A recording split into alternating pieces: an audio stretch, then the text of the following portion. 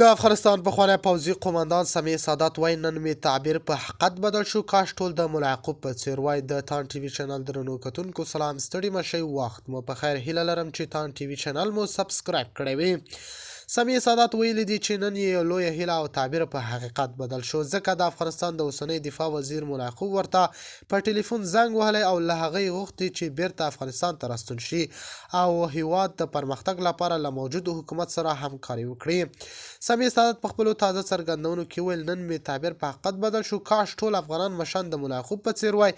هغه ماته زنګ ووهه او ویل چې بیرته افغانستان ته راشه او له موږ سره یو ځای د افغانستان د پرمختګ لپاره کار وکړه. نوموړي زیاته کړې چې دا اړیکه یوازې یو شخصي تماس نه بلکې د ملي یووالي، تفاهم او د زړو سیاسي اختلافاتو د پای ته رسولو لپاره یو مهم پیغام دی.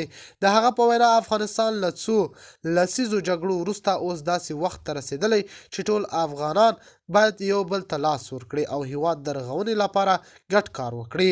سمیع سادات ویلي چې د ملا یعقوب دغه اقدام یې د زړورتیا، سیاسي پخوالي او د ملي مسؤلیت احساس نښه بللې ده.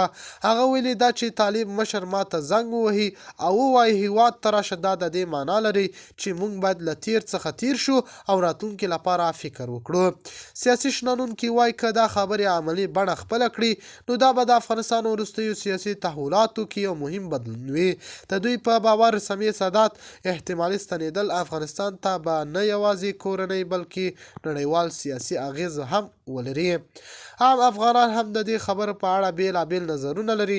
ځینې خلک دا اقدام د سولې او ثبات لپاره یو مثبت ګام بولي او وایي چې که پخواني مشران بیرته هیواد ته راستانه شي نو دا به د باور فضا پیاوړې کړي.